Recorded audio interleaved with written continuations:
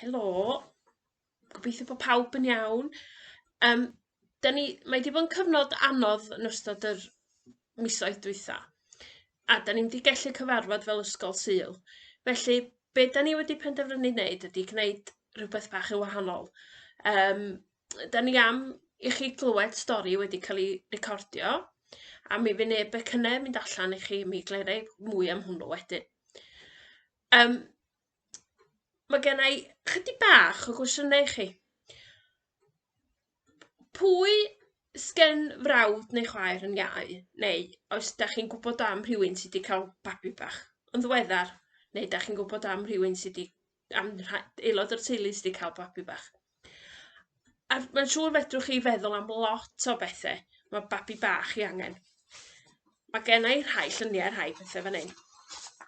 Achos dwi'n di gorfod cael pethau fel un ers bydd rhant bach i tyfu fyny. Dyma rhai o'r pethau mae'n siŵr allwch chi enwi lawer iawn o'n nhw. Ych chi cot, i babi bach gysgu yn. Ych chi ddillad, rhaid ni wisgo babi bach yn rhaid, o bod o'n gynnes. Ych chi potel, i babi bach gael llaeth. Mae pram, cael mynd â babi bach am dro.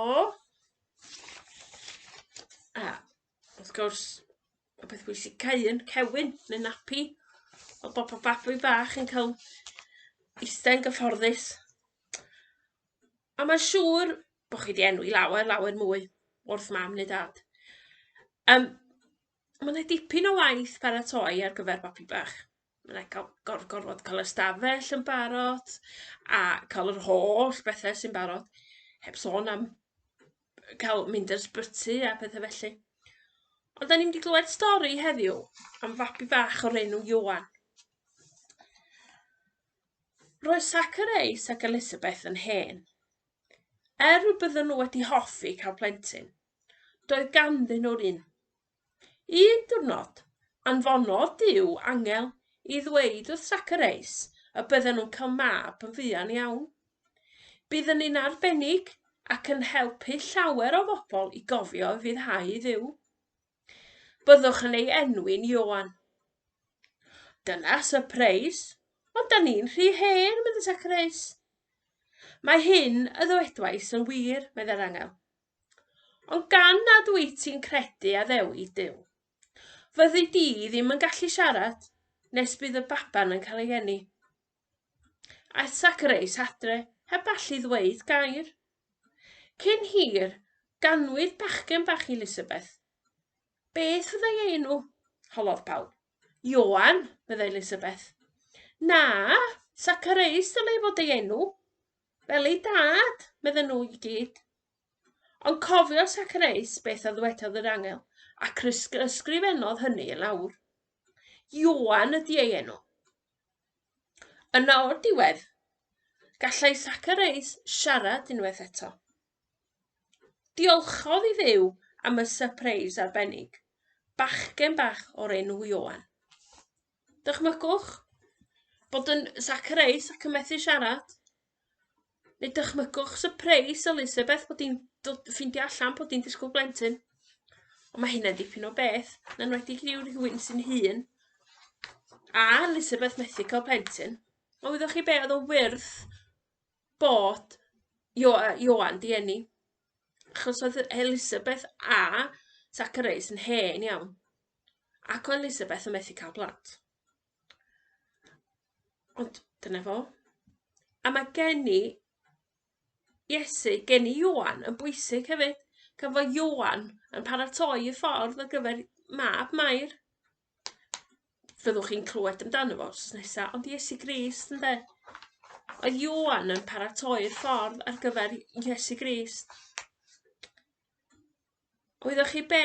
Mae o'n wyrth. Mae o'n rhyfedd iawn beth sy'n digwydd. Mae gwirthiau'n digwydd yn bob man. Ond os da chi'n credu yn y gwirthiau, mae'n bwysig bod ni'n deud wrth bobl bod ni'n credu yn Iesu Grist ac yn Duw. Yn adnod 1, 15-16 yn Luc 1, mae e'n sôn am Ioan, a mae o'n deud bod o'n mynd i fod yn was pwysig iawn i'r arglwydd, a fydd wedi cael ei lenwi ar Ysbryd Glân hyd yn oed cyn iddo gael ei eni. Bydd yn troi lawer iawn o bobl Israel yn ôl at arglwydd ei Duw. Ac yn Ioan 1:6-9, mae o'n sôn am Ioan wedyn. Daeth dyn o'r enw Ioan o'r Golwg. Duw oedd wedi anfon Ioan i roi tystiolaeth i ddweud wrth bawb am y golau, mwyn i bawb ddod i gredu drwy'r hyn oedd yn ei ddweud. Dim Ioan oedd y golau. Dweud wrth bobl am y golau roedd e'n ei wneud. Roedd y golau go iawn sy'n rhoi golau i bawb a'r fi'n dod i'r byd. Sôn am geni sy'n gris ma'n wrth gwrs, ond glwch chi glywed fwy am hwnnw sos nesa. Dychmygwch o'r Zacharias ac Elizabeth yn hapus iawn wrth i bodde bod nhw wedi cael plentyn bach a nhw'n methu. A bod Duw wedi ateb eu gweddïau nhw. Ac oedd Ioan am di fod yn rhan pwysig o'r Nadolig cyntaf.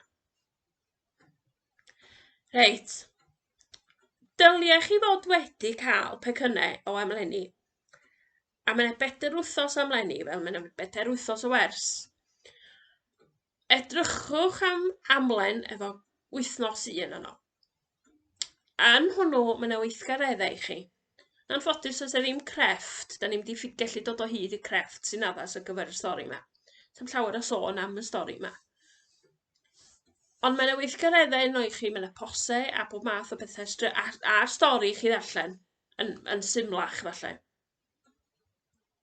Gobeithio gwch chi hwyl yn gwneud y pecynnau a mi gwch chi fwy o straeon wythnos nesaf.